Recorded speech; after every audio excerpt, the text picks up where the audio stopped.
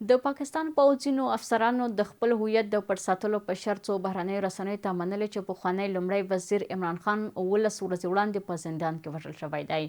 د دې افسرانو په خبره دا خبر په غیر مستقیم ډول خپور شوی و چې موخه یې د خلکو د غصې او احساساتو کنټرول و. د رسنیو راپورونه زیاتوي چې د عمران خان د مرګ په اړه د چارواکو د رسمي بیان نشتوالی د عامه پوښتنو او اندېښنو لامل شوی، خو د پوځ دا څرګندونې د پیښې رښتینوالي تایید ګڼل کیږي. کارپوهان وایي د خان وژنه د پاکستان د سیاسي صحنې لپاره مهمه پیښه ده چې ښایي په کورني سیاست او د ټولنې په فضا جدي اغیز ولري.